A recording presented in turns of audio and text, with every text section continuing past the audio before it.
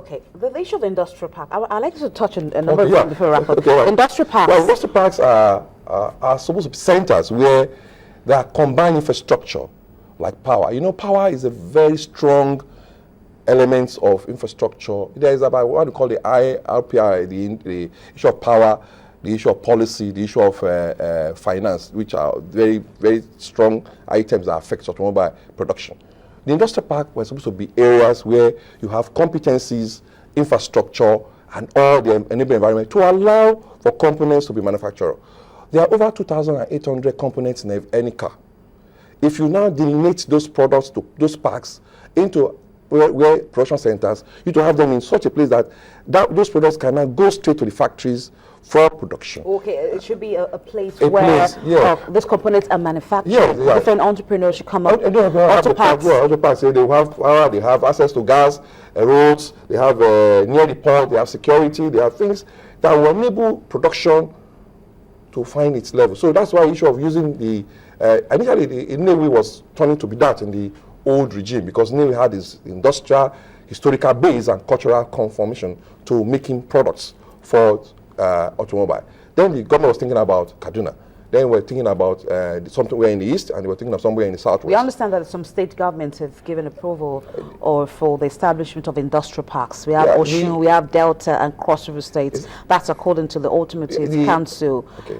What level of partnership should the state government be? I think there has to be somebody needs to sit down and advise at this end, because it's not the question of trying to score a political point by I will give you this infrastructure of what relevance and how many factories, what are the off-takers for your parts. Is it an industrial park to allow for training, for manpower, or an industrial park to allow for component manufacturing? There have to be some form of decision or knowledge. But I think even beyond that, government who initially was thinking about using of government was thinking about using the free trade zone, which had some level of ability to have getting accommodate imports, because that will still be import based before you now run into the full stream of manufacturing. But beyond that, there have to be some synergy, and you have to, that synergy must sync between the content and structure of a pack. Okay, we have some tweets coming in. Let's just quickly take them before I ask my next question. I hope that time will permit me to do that. Sunny from Lagos is saying that an automobile sector that assembles cars, do you say we are creating value by first assembling what was produced abroad? I think what Sunny is trying to ask is that, do you think that value is being created when we assemble what other people produce abroad, bringing them in those different parts and put them together here in the country? I think Sunny must come from the base that this is not the first time we're running this game.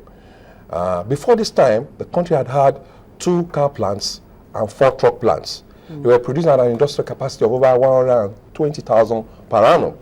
And so we had production facilities set up. But because of the SAP and all the economic regimes, we lost that chance to grow from that level to the point of where we will have had a component level of over 60% backward integration into vehicles. Most countries who are not original owners of brands will go from point A to point B.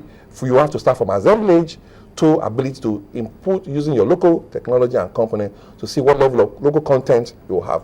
And that was why during Obasanjo regime, they asked for backward integration. Okay. Check your cars, check what you can make locally, and then start to encourage people to produce such items that will now replace what you used to import. I think the missing link is our ability to grow our steel industry properly and the petrochemical industry to a level where those natural resources that we had in the country could have been made to move from a natural resource to a competitive resource. All right, I just have one more question for you. We won't be able to take another tweet. Just one question, which has to do with the finance scheme. Yeah. We understand that Nigeria will be going into partnership with some banks, foreign banks, to allow for single-digit interest rate for those that are into the haulage business. Okay. And also individuals too, Okay. as time goes on. What's your own take on Yeah, this? I think the minister, there was a news report this morning that the minister has confirmed that by October this will happen. But the issues at stake is basically the Nigerian banks will have to come out from their culture of high interest rate to a level where interest rate will be friendly. You remember when auto policies was in 2008 or 2008, about 2008, 2009, when there was auto loans all over. The total import that year was 78,000, which was one of the highest we've had in the past 20 years. Or total, in the past 15 years, having up to achieve 78% import, and then the reduction, there was a drastic reduction in used vehicle. There is a mixed bag. There's levy coming in from the automotive policy. There's something, I know there's discussion are going on around banks and other things, but it's some of national interest and national interest and people's interest must take place in this case. Okay. If you want people to acquire a vehicle, it's surprising that it's only in this country that will take cash. Okay. To the dealership to buy cars. I think this is an evolving situation. We're just getting to know that there's been talks with other banks outside the shores of Nigeria to help finance the scheme in the country. Thank you so much. We have to leave it at that. Thank you so much, Oseme Oigiagbe, for coming on the program. He is the chairman, Automobile Group, at the Lagos Chamber of Commerce and Industry. A whole lot has been discussed here on the program. I want to thank everyone out there for taking out time to watch Business Morning. I also want to thank Sunny, who sent in his tweets from Lagos. Thank you so much for watching. I am Bolaji Akinwale. News Track is up next.